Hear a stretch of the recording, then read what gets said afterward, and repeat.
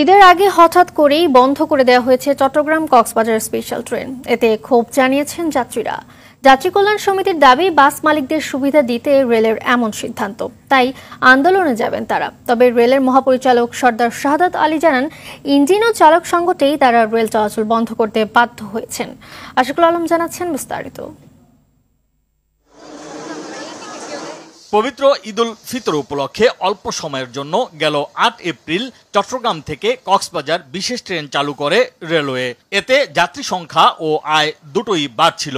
মাত্র ৫২ দিনে ট্রেনটি যাত্রী পরিবহন করে ৫৪,৮১৪ জন আর আয় করে ১,৪,৪১,০০০ টাকা।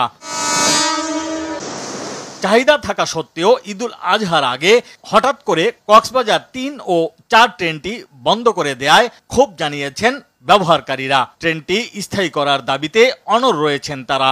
দীর্ঘদিন ধরে যে মাফিয়া পরিবহন মাফিয়ারা রয়েছে, বিশেষ করে চট্টগ্রাম রুটের যে মাফিয়া চক্র পরিবহনের, তারাও কিন্তু বারবার ষড়যন্ত্র করাচ্ছিল। এটা যদি বন্ধ হয়ে যায়, কক্সবাজার টু ঢাকার যে রেলের যে প্রয়োজনীয়তা রয়েছে, সেটা আমি মনে করি আর প্রয়োজনীয়তা থাকবে না। কি কারণে কার্যের ইশারায় বন্ধ হচ্ছে সেটা এখন অনুসন্ধান করা উচিত। যাত্রী কল্যাণ সমিতি বলছে, প্রায় 15,500 কোটি টাকা ব্যয়ে চট্টগ্রামের দোহাজারী থেকে কক্সবাজার পর্যন্ত নতুন রেলপথ নির্মাণ করা হলেও কোন অদৃশ্য কারণে স্পেশাল ট্রেনটি বন্ধ করে দেয়া হলো তা কারো বোধগম্য নয়।